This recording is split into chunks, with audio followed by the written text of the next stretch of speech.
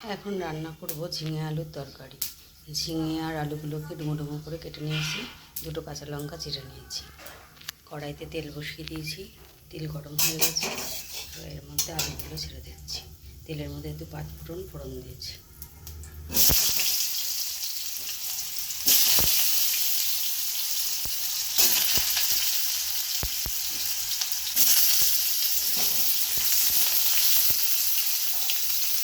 আলুগুলো ভালো করে ভেজে নিচ্ছি। আলুর মধ্যে একটু নুন আর পরিমাণ মতো হলুদ দিলাম।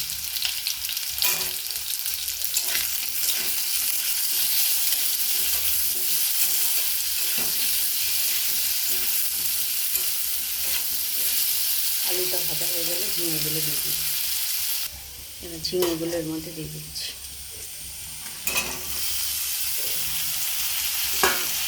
আলুটার সাথে ঝিঙেগুলোকে ভালো করে নাড়িয়ে নেব।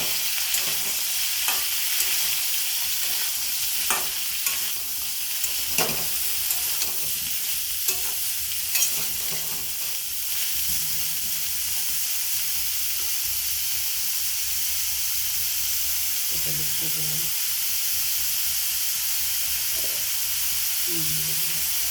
আগে একটু নুন হলুদ দিয়েছিলাম আলু ভাজার সময়, এখন ঝিঙেগুলো দিলাম বলে আরও একটু নুন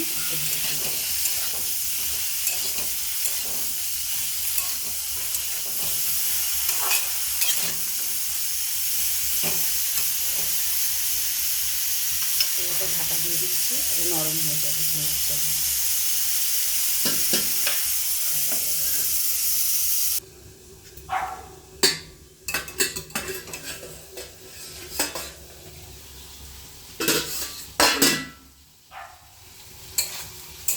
ঝিঙেটা দিয়ে অনেকটাই জল বেরিয়ে গেছে।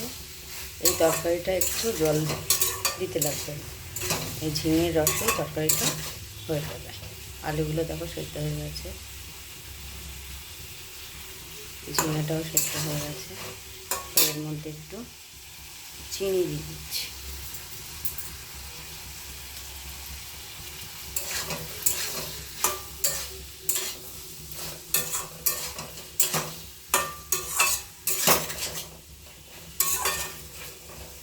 আবার একটু ঢাকা দিয়ে দিচ্ছি।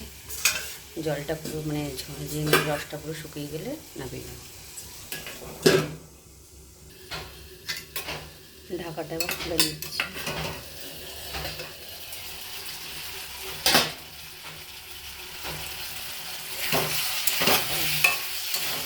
শুকনো শুকনো হয়ে গেছে, ঝিঙের রসটা পুরো টেনে নিয়েছে। এবার এটা নামিয়ে নেব। গ্যাসটা অফ করে দিচ্ছি, নামিয়ে নিচ্ছি। কড়াই থেকে তরকারিটা নামিয়ে নিলাম। দেখো তরকারিটা ঠিক এরকম আছে দেখতে। হয়ে গেল আমার নিরামিষ ঝিঙে আলুর তরকারি।